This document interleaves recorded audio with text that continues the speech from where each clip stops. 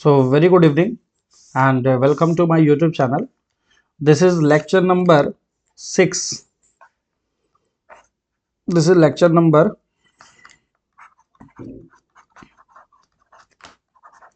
6 of your electrostatic series, and today we will discuss a very important topic called electric flux, Gauss law and its application. ठीक है, तो mainly हम लोग को पढ़ना क्या क्या है इस लेक्चर में। हम लोग इलेक्ट्रिक फ्लक्स के बारे में देखेंगे, गॉस लॉ के बारे में देखेंगे और इसके एप्लीकेशन के बारे में देखेंगे। और इलेक्ट्रिक फ्लक्स पहले समझेंगे कि कैसे निकाला जाता है इलेक्ट्रिक फ्लक्स, ठीक है। फिर हम लोग इलेक्ट्रिक फ्लक्स पे क्वेश्चंस कुछ देखेंगे, फिर गॉस लॉ, फिर देन एप्लीकेशन पार्ट, ठीक है। तो जितना पार्ट हो पाएगा इस लेक्चर में एंड इसके बाद फिर नेक्स्ट लेक्चर में फिर एज वेल कंटिन्यू होगा, ठीक है। तो पहले हम लोग समझते हैं इलेक्ट्रिक फ्लक्स होता क्या है। तो देखिए, हम लोगों ने electric field lines last class में देखा था, और इलेक्ट्रिक फील्ड लाइंस क्या था, वो एक इमेजिनरी कर्व था जो हमारे किसी भी चार्ज के सराउंडिंग मीडियम में होता है, ठीक है। तो मान लीजिए, if we consider a surface like this, तो इस केस में क्या हो रहा है कि मान लीजिए कि यहां पर एक इलेक्ट्रिक फील्ड लाइन जो है वो इस तरह से ऐसे ऐसे आ रहा है, इस तरह से ऐसे ऐसे आ रहा है। तो क्या होगा, यहां से इमर्ज करेगा लाइक दिस, यहां से इमर्ज करेगा, है ना। तो हम क्या देख रहे हैं, हम देख रहे हैं कि यहाँ पे इलेक्ट्रिक फील्ड लाइन जो है वो क्या हो रहा है, पेनिट्रेट करके इस एरिया से क्या हो रहा है, इधर की तरफ आ रहा है, ठीक है। तो ये जो पेनिट्रेशन है इसी को हम बोलते हैं फ्लक्स, फाई, है ना। This is called electric flux. And basically electric flux का अगर मैं फिजिकल सिग्निफिकेंस आपको बताऊं तो ये फ्लक्स बताता है, flux tells us about number of field lines crossing surface area। कितना सरफेस एरिया को पेनिट्रेट कर रहा है इलेक्ट्रिक फील्ड लाइंस, कितना number of electric field lines, उसी को हम क्या बोलते हैं, इलेक्ट्रिक फ्लक्स बोलते हैं। नाउ इलेक्ट्रिक फ्लक्स जो है वो हमारा डिफाइन कैसे होता है, तो it is defined as integration over a close loop, it is equal to E dot ds। इसको हम क्या क्या बोलते हैं, this is called integration over a closed loop, ठीक है, ठीक है, is called E dot ds। तो यहां जो हमारा E डॉट ds है इसी को हम क्या बोलते हैं, we call it as flux. इसको हम लोग क्या बोलते हैं, फ्लक्स बोलते हैं। तो ये जो E डॉट ds है, यहां पे E क्या है, E क्या है, सो E is the electric field vector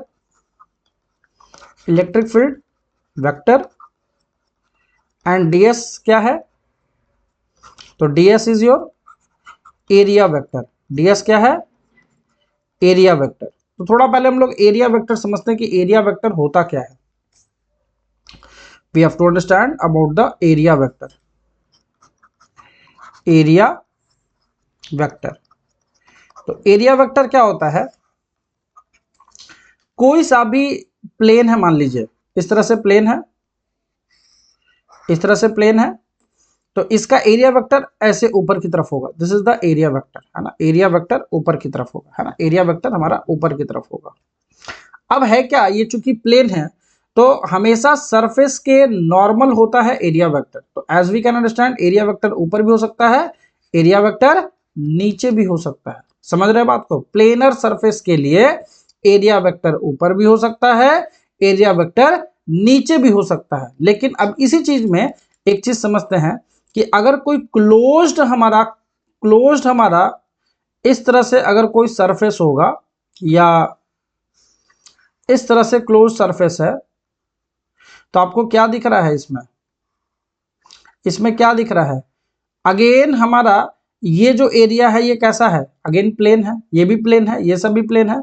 तो एरिया वेक्टर जो है इस तरह का केस में, क्लोज्ड सरफेस के केस में, वो रेडियली आउटवर्ड होता है। किधर होता है, आउटवर्ड, ये सब आउटवर्ड होगा। अब इसमें इनवर्ड नहीं होगा, ये नहीं कि इधर इधर भी जा रहा है और अंदर भी जा रहा है, नो, अंदर नहीं जाएगा, क्योंकि ये क्लोज्ड सरफेस हो गया, तो ये किधर जाएगा, हमेशा बाहर की तरफ ही जाएगा।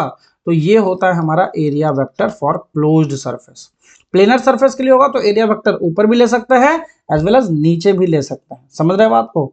लेकिन अगर इस तरह का हमारा चीज दिया हुआ रहेगा तो इसमें एरिया वेक्टर क्या लेंगे हम लोग, बाहर की तरफ लेंगे। ये बहुत ही इंपॉर्टेंट पॉइंट है, इसको थोड़ा ध्यान में रखिएगा। एरिया वेक्टर हमारे लिए बहुत इंपॉर्टेंट है, क्योंकि जब हम लोग फ्लक्स डिफाइन करेंगे तो उसमें हमको ई डॉट डी एस करना पड़ेगा, और ई डॉट डी एस करने के लिए वहां पे हमको एरिया वेक्टर और इलेक्ट्रिक फील्ड वेक्टर के बीच का डायरेक्शन देखना पड़ेगा, और डायरेक्शन हमारा तभी क्लियर हो सकता है जब हमारा एरिया वेक्टर का डायरेक्शन क्लियर हो, ठीक है। तो that's about your area vector. थोड़ा सा हम लोग और आगे बात करते हैं, ठीक है, जिसमें हम लोग को सॉलिड एंगल का कुछ कंसेप्ट सीखना है, क्योंकि सॉलिड एंगल का भी चीज हमारा इलेक्ट्रिक फ्लक्स में यूज होगा। So we have to understand about the solid angle. Solid angle, solid angle जो है इसको हम लोग डिफाइन करते हैं d omega it is equal to d a by r square. D omega it is equal to d a by r square. ये basically होता क्या है, मान लीजिए ये हमारा एक डी ए है, this is our d a. इसके हर एक पॉइंट्स को अगर हम किसी पॉइंट के साथ मैच कर दें, यहाँ पे इसके हर एक पॉइंट्स को हम लोग क्या करें, यहाँ पर इस पॉइंट से मिला दें, हर एक पॉइंट को इससे मिला दें, तो इस पॉइंट पे जो हमारा एक एंगल बनेगा, so this angle is D ohm, और हम इसको बोलेंगे सॉलिड एंगल। क्या बोलेंगे इसको, सॉलिड एंगल। अब हम लोग इसमें डिफाइन क्या करते हैं, ये हमारा एक रेशियो तो है d a by r square, लेकिन इसका हमारा यूनिट होता है, what is the unit of this, तो ऐसा यूनिट जो है solid angle, solid angle is steradian. क्या है, स्टेरेडियन है, एसआर, ठीक है, दिस योर स्टेरेडियन है ना। सॉलिड एंगल का ऐसा नोट क्या है, स्टेरेडियन। तो इसमें हम लोग को कुछ चीज पहले समझना होगा, कुछ चीज हम लोग को देखना है और समझना है। जैसे मान लीजिए कि ये हमारा एक सर्कुलर प्लेट है, ये हमारा इस पॉइंट पे कितना सॉलिड एंगल सबटेंड कर रहा है, यहाँ पर कितना एंगल सॉलिड एंगल सबटेंड कर रहा है। तो मान लीजिए that this angle is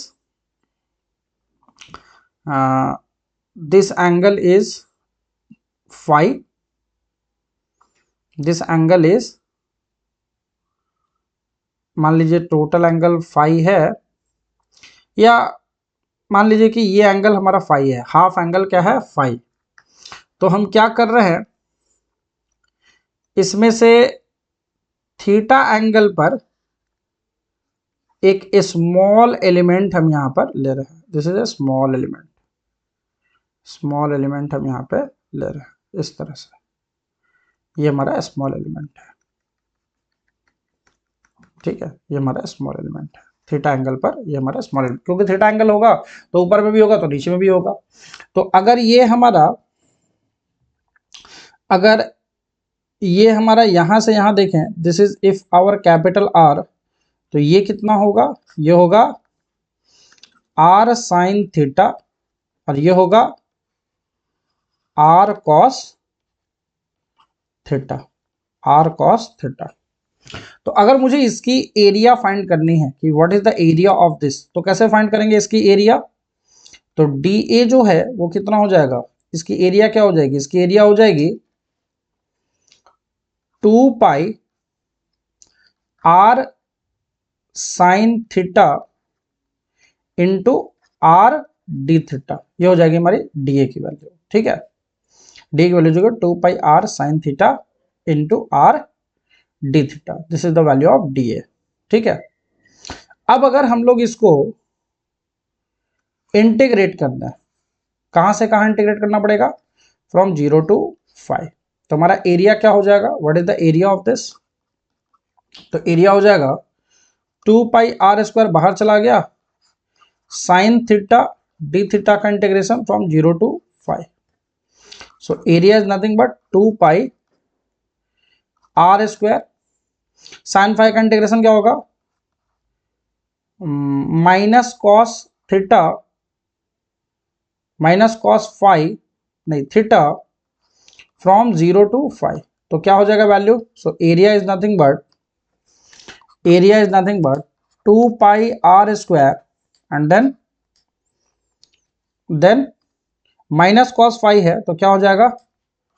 cos five, और इस केस में फाइव चला जाएगा नीचे और ऊपर चला जाएगा 0, तो क्या हो जाएगा? ये area is equal to 2 pi r square cos five cos 0 minus cos five, क्या हो गया वैल्यू?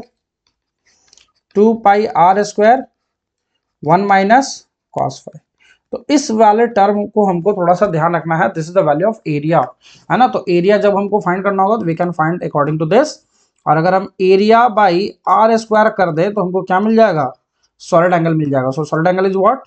2 पाई 1 माइनस कॉस फाइव। तो इस वैल्यू को थोड़ा सा हम ध्यान रखेंगे, एक ये टर्म को थोड़ा ध्यान रखेंगे, सॉलिड एंगल का एरिया हम लोग कैसे निकाल रहे हैं, हम लोग हमारा एरिया होगा उस तरह से, एंड सॉलिड एंगल हम लोग कैसे निकाल रहे हैं। अगर हम लोग देखें इस तरह का हमारा वैल्यू था, इस तरह का हमारा एरिया था, और इस केस में ये एंगल कितना था? ये एंगल था हमारा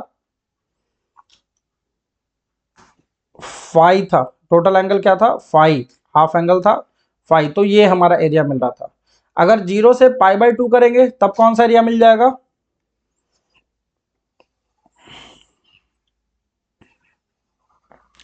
तब हमको ये वाला एरिया मिल जाएगा, इधर का पूरा एरिया मिल जाएगा। तो अगर हम उसके लिए देखें तो आप खुद देखिए हमारा क्या एंगल हो जाएगा। अगर टोटल हमारा फाइव की वैल्यू अगर हम लोग if we put five equal to 90 degree, तो हमारा वैल्यू क्या हो जाएगा एरिया का? 2 पाई आर स्क्वायर। तो आपको पता है इसका सरफेस एरिया क्या होता है? सरफेस एरिया फॉर हेमिस्फेयर हम लोग क्या निकालते हैं? 2 पाई आर स्क्वायर निकालते हैं, है ना।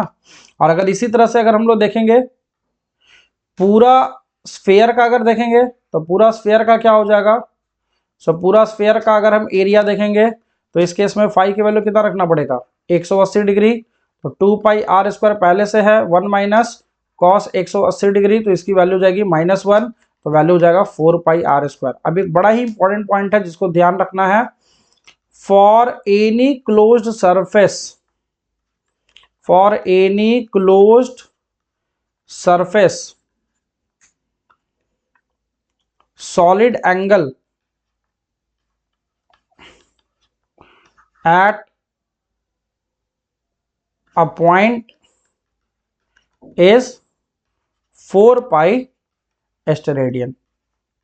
ठीक है, इस पॉइंट को थोड़ा ध्यान रखेंगे। ठीक है, सो ये पॉइंट हो गया हमारा एरिया वेक्टर का। सॉलिड एंगल हमने थोड़ा सा बताया आपको, एरिया वेक्टर कैसे निकालते हैं ये बताया हमने आपको, और अब हम लोग चल रहे हैं फ्लक्स कैलकुलेट कैसे किया जाता है। तो जैसे मान लीजिए पहला जो क्वेश्चन हमारा इसमें बन सकता है कि जैसे मान लीजिए इलेक्ट्रिक फील्ड वेक्टर हमको गिवन है 2i cap minus 3j cap plus 4k cap, and area vector हमको गिवन है कुछ -i cap plus j cap minus 3k cap. मैंने अपने मन से कुछ भी वैल्यू रैंडमली रख दिया है। तो अगर फ्लक्स चाहिए तो मैं क्या करूंगा? सिंपली E डॉट एस करूंगा, क्या आ जाएगा value? 2 into -1 that is -2, -3 into 1 कितना हो जाएगा? -3, 4 इंटू -3 कितना हो जाएगा? -12। कितना आंसर आ जाएगा? -12 -3 कितना हो जाएगा? -15। ठीक है, this is our -15, this is the value of flux. ठीक है, तो फ्लक्स की वैल्यू क्या? -15। ठीक है, तो ये जो फ्लक्स की वैल्यू -15 आ रहा है, ये क्या हमको शो कर रहा है कि इलेक्ट्रिक फील्ड और एरिया वेक्टर के बीच का जो हमारा एंगल होगा वो क्या होगा?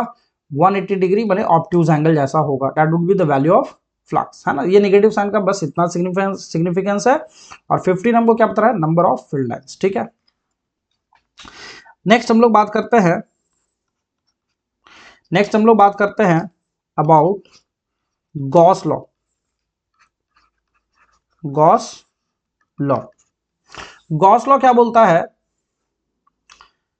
Integration over a close loop, जो भी हम लोग E डॉट ds निकाल रहे थे, that is equal to Q enclosed by epsilon naught. ये क्या बोलता है कि अगर किसी सरफेस में मान लीजिए Q1 चार्ज है, Q2 चार्ज है, बाहर में Q3 चार्ज है, ठीक है, तो उस केस में क्या होगा कि जो भी आप इलेक्ट्रिक फ्लक्स यहाँ पे निकालेंगे due to all the charges. ध्यान रखना है इस केस में ये जो इलेक्ट्रिक फील्ड है, this e is what, net electric field, net electric field on surface. और कौन सा surface? Gaussian surface. This surface is called Gaussian surface, जिस पर मुझे क्या निकालना है? फ्लक्स की वैल्यू निकालना है, that is your Gaussian surface. Net electric field on Gaussian surface due to all the charges, whether it is inside or outside, all the charges, that is q1 q2 and q3, सारे charges की वजह से जो भी net electric field होगा इस Gaussian surface पे, वो हम लोग ये इलेक्ट्रिक फील्ड लिखना पड़ेगा। ठीक है, ds वेक्टर आप समझ रहे हो? ds vector is what? Area vector of surface. ठीक है, बट ध्यान रखना है क्यू इनक्लोज जो है, this is charge which is present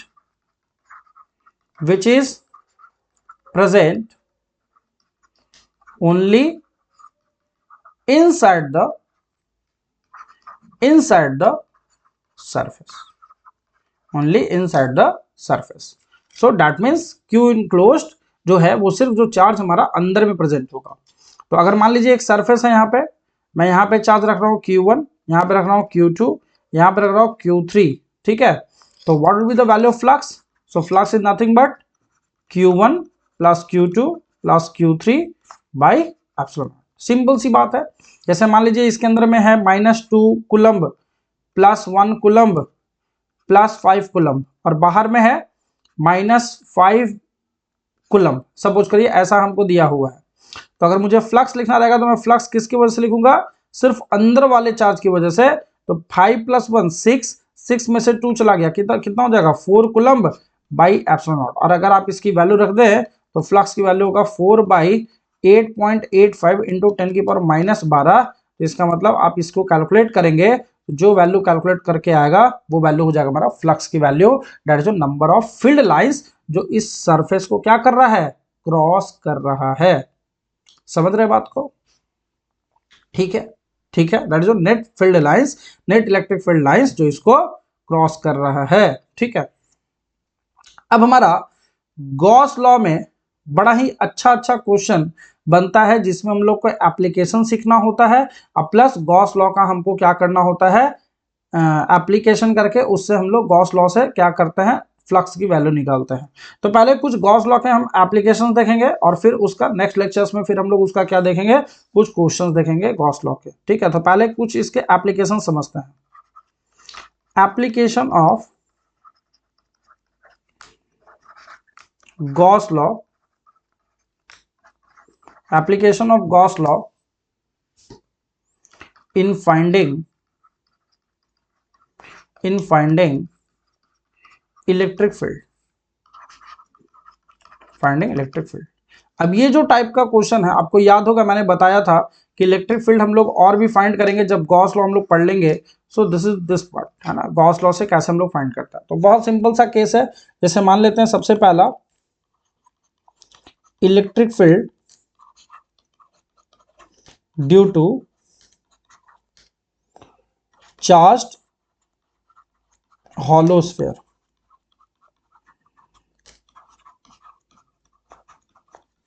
charge hollow sphere। तो ये हो गया हमारा hollow sphere, और इस पर जो है, चूंकि ये hollow है तो अंदर में क्या होगा? खाली होगा। सारे चार्ज कहां पर होगा? सरफेस पर होगा। सारा चार्ज कहां पर होगा? सरफेस पर होगा। तो इस केस में मुझे निकालना है इलेक्ट्रिक फील्ड की वैल्यू। तो कहां कहां आ सकता है? एक आ सकता है विद इन द सरफेस, यहां पे एक आ सकता है सरफेस पर, और एक आ सकता है सरफेस के बाहर। तो this is first point, this is second point, this is third point. तो अगर हम सब जगह पे फाइंड करेंगे तो कैसे फाइंड करते हैं, हम तरीका सीखते हैं। तो सबसे पहले क्या करते हैं, जिस पॉइंट पे निकालना है उस जगह पे हम एक सिमेट्रिकल गॉसियन सरफेस बनाते हैं। तो यहाँ का सिमेट्रिकल सरफेस क्या होगा, गॉसियन सरफेस एक स्फीयर ही होगा। तो अगर हम यहाँ पर इलेक्ट्रिक फील्ड निकालेंगे तो कैसे निकालेंगे, यहाँ पर नेट इलेक्ट्रिक फील्ड क्या होगा, तो ई मुझे नहीं पता, मान लीजिए डॉट ds, तो यहाँ पे हमारा एरिया वेक्टर इसका कितना होगा 4πr², ठीक है, ठीक है, ई इंटू 4πr² हो गया, is equal to Q enclosed. अब अंदर में क्यू इनक्लोज्ड क्या है, अंदर में कोई चार्ज है ही नहीं, तो इलेक्ट्रिक फील्ड क्या हो जाएगा, जीरो। इसका मतलब इलेक्ट्रिक फील्ड जब r की value less than capital R होगा तो इलेक्ट्रिक फील्ड क्या होगा, जीरो। किसके केस में, हॉलोस्फेयर के केस में, हॉलोस्फेयर के केस में। लेकिन अगर सेकेंड पॉइंट के लिए देखेंगे तो सेकेंड पॉइंट पे क्या करेंगे, गॉसियन सरफेस जस्ट उस सरफेस के थोड़ा सा बाहर ले लेंगे और ऐसा ले लेंगे कि जो डिस्टेंस है वो बहुत बड़ा नहीं है, हमारा रेडियस के बराबर ही है।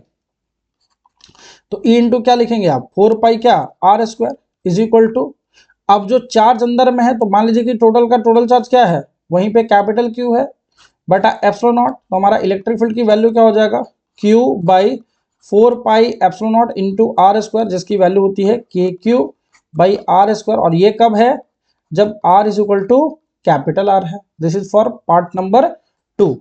एंड अगर थर्ड पॉइंट के लिए देखेंगे तो थर्ड पॉइंट पे क्या होगा, अब यहां पर मुझे सरफेस पर चाहिए, this is the Gaussian surface. तो यहाँ पे r डिस्टेंस की दूरी पे अगर मेरे को चाहिए तो क्या लिखेंगे, e into 4πr² is equal to q बटा एप्सिलॉन नॉट, वो अभी भी ऐसे ही रहेगा। तो इस केस में इलेक्ट्रिक फील्ड क्या हो जाएगा, q upon 4π epsilon nought into small r², तो वैल्यू हो जाएगा KQ बाई स्मॉल r²। तो आप देख सकते हो अगर हम इलेक्ट्रिक फील्ड का एक्सप्रेशन देखें तो तीन एक्सप्रेशन आ रहा है। एक एक्सप्रेशन हमारा ये आ रहा है, एक एक्सप्रेशन हमारा ये आ रहा है, एक एक्सप्रेशन हमारा ये आ रहा है,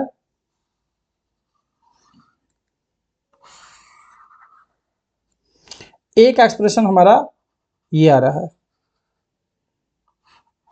ठीक है। इस तरह से हमारा तीन एक्सप्रेशन आ रहा है। अब अगर मैं इसकी ग्राफ की भी बात करूं तो ग्राफ कैसा बनेगा, सो graph for charged hollow sphere,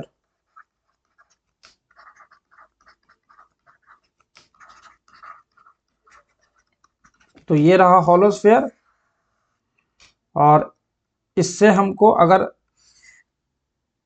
electric field versus R के बीच में ग्राफ चाहिए तो पहले क्या था, जीरो था, तो दिस इज जीरो। फिर क्या हो गया, ये चला गया ऊपर, that is your KQ by r² पे, और फिर यहां से rectangular hyperbola. So this is your electric field is proportional to 1/r², like this. This is the graph for charge hollow sphere. ठीक है, सही। अगर हम लोग देखेंगे electric field for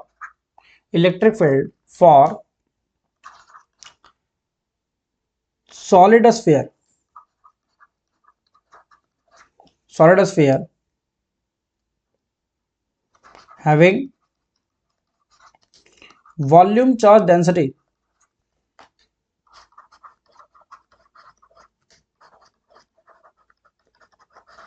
as rho, ठीक है।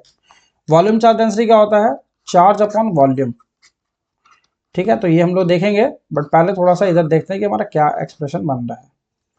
तो इसमें भी हमारा केस वही बनेगा, अगर ये हमारा भरा हुआ है, मान लीजिए पॉजिटिव चार्ज से भरा हुआ है, तो पूरे वॉल्यूम में होगा, सही बात है। तो अगर हम लोग यहाँ पर देखें फॉर r डिस्टेंस की दूरी पर, एक स्मॉल एलिमेंट की दूरी पर यहाँ भी मुझे चाहिए, तो क्या करना पड़ेगा, तो for first, second and then third. तो फॉर फर्स्ट अगर हम देखेंगे तो फर्स्ट में क्या होगा, E into 4πr² is equal to Q enclosed by epsilon nought. तो how to find this Q enclosed, तो क्या करना होगा, 4/3 पाई कैपिटल R क्यूब में टोटल चार्ज कितना है, कैपिटल Q, तो 1 में कितना होगा, Q by 4/3 pi capital R cube. तो 4/3 पाई स्मॉल r क्यूब में कितना होगा, तो इसको अगर हम सॉल्व करेंगे तो ये बन जाएगा 4/3 pi capital are cube into 4/3 pi small r cube. 4/3 pi 4/3 cancel हो जाएगा, ये वैल्यू बन जाएगा q r cube by capital are cube, like this the value of q enclosed. ठीक है, तो क्यू इनक्लोज्ड अगर हमारा ऐसा बन गया तो आप देखो E इंटू 4 पाई r², ये वैल्यू बन रहा है Q r cube by capital are cube. ये क्या वैल्यू बन गया? सो एक r² से एक r कैंसिल हो गया, तो E इज इक्वल टू आ रहा है क्यू आर बाई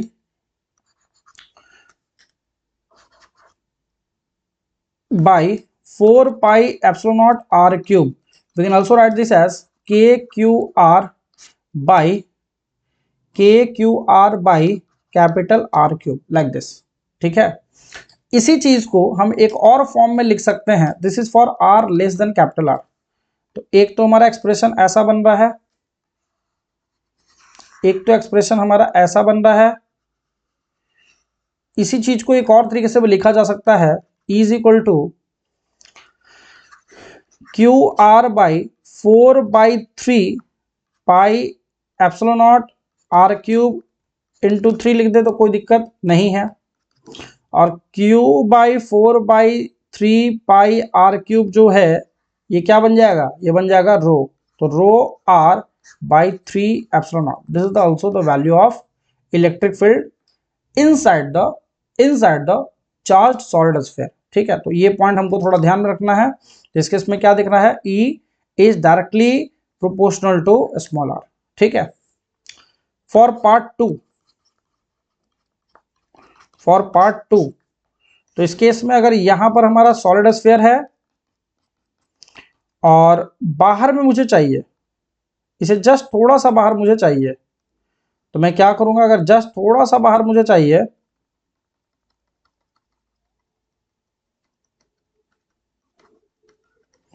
तो E into 4 pi capital r square is equal to q बड़ा एप्सिलॉन नॉट, और ये वैल्यू हमारा बन जाएगा E is equal to k q by r square, as it is जैसे पहले था। और फॉर पार्ट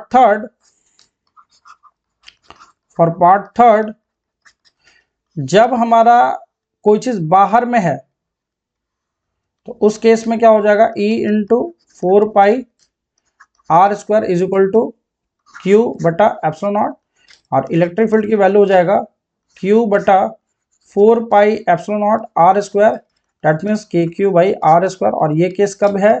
जब r greater than capital R है। तो देखो एक हमारा एक्सप्रेशन कुछ ऐसा बन गया, ऐसा बन गया। ठीक है, तो इसकी अगर हम ग्राफ की बात करें तो ग्राफ कैसा बन जाएगा इसके? इसमें तो पहले क्या हो रहा था? E जो था डायरेक्टली प्रोपोर्शनल था, एंड फिर उसके बाद के क्यू बाई आर स्क्वायर हुआ, मैं मॉड की बात कर रहा हूं ये, और उसके बाद फिर ये रेक्टेंगुलर हाइपरबोला हो गया। So this is your E is inversely proportional to r square, so like this.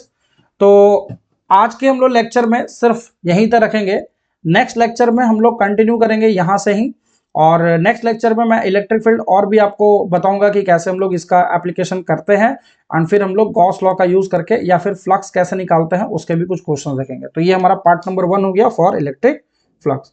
Thank you, मिलते हैं नेक्स्ट लेक्चर में।